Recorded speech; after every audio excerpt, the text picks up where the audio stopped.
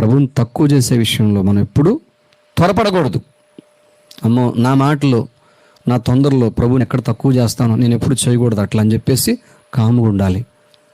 ఉంటారు కొంతమంది, నాకేం పెడతారు, ఆయనకి అది పెట్టారు కదా, వీళ్ళకి ఇది పెట్టారు కదా, మాకేం పెడతారు నువ్వు కూడా సేవకులు ఏం పెడతారు చూద్దాం. నా సంగతి చెప్పమంటారా? నేను పమిడిపాడులో సేవ చేసేటప్పుడు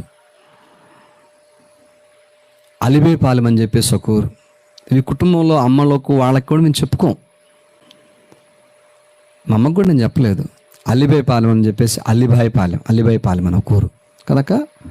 ఆడికి వెళ్ళాం.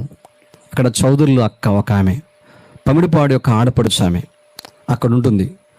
నాతో నా ప్రక్కన వస్తాడు యెషయా అన్న. ఇప్పుడు సేవకు వచ్చి నూజెండలో సేవ చేస్తున్నాడు. సేవకు సహకరించేవాడు, ఎటు పిలిస్తేట్టు వచ్చేవాడు. మంచి అనుభవాలు ఉన్నాయి తనతోటి. చెరువు సైకిల్ వేసుకొని తిరిగేవాళ్ళం. అట్లా పొలాల గట్ల మీద పడి కూడా పాపం వచ్చేవాడు ఎంటబడి. అట్లాంటిది ఇద్దరం అక్కడికి వెళ్ళాం, అల్లిబేపాలెం. ఆ సిస్టర్ గారిని పలకరించాం. దేవుని నామంలో మంచిగా ఉంది, మంచి భోజనం పెట్టింది ఆమె.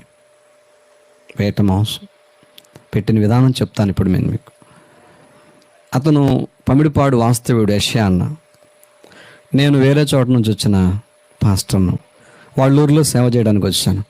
ఇద్దరు వెళ్ళాం కనుక ఎవరబ్బాయి ఫలాని పోలం వెంకటేశ్వర్లు వాళ్ళ అబ్బాయిని చిన్న అబ్బాయి నువ్వా అంటే అక్క తమ్ముడు వరుసలు కలిసినాయి వీళ్ళకి. ఆ చౌదరుల అక్కకు మన ప్రక్కన ఉన్న యెషయా అన్నకు.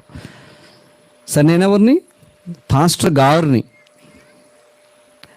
ఇక అన్నం పెడుతుంది. ఇక ప్రార్థన అయిపోయిందో కాలేదో అన్నం. వేట మాంసమే తిన్న రుచి నాకు తెలుసు. ఆయనకు పళ్ళెంలో పెట్టింది, నాకు ఇస్తర్లో పెట్టింది అనమాట. ఆయనకు పళ్ళెంలో పెట్టి నాకు ఎక్కడ పెట్టింది? ఇస్తర్లో పెట్టింది. ఇక నా పక్కన కూర్చున్న అన్నకు మా సాక్ష్యాన్ని బట్టి కానీ అలవాటైన దాన్ని బట్టి కానీ చాలా బాధపడ్డాడు అనమాట. నేను తింటా, నా గౌరవం నాదే, నీ గౌరవం నీదే. ఇక తినేసి ఫలములు ఉన్నాయి అక్కడ.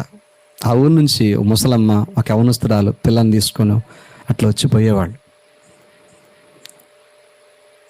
సేవకు వస్తే రా ఉంటే, పిలుపు లేకపోతే కూర్చో రా మాకు.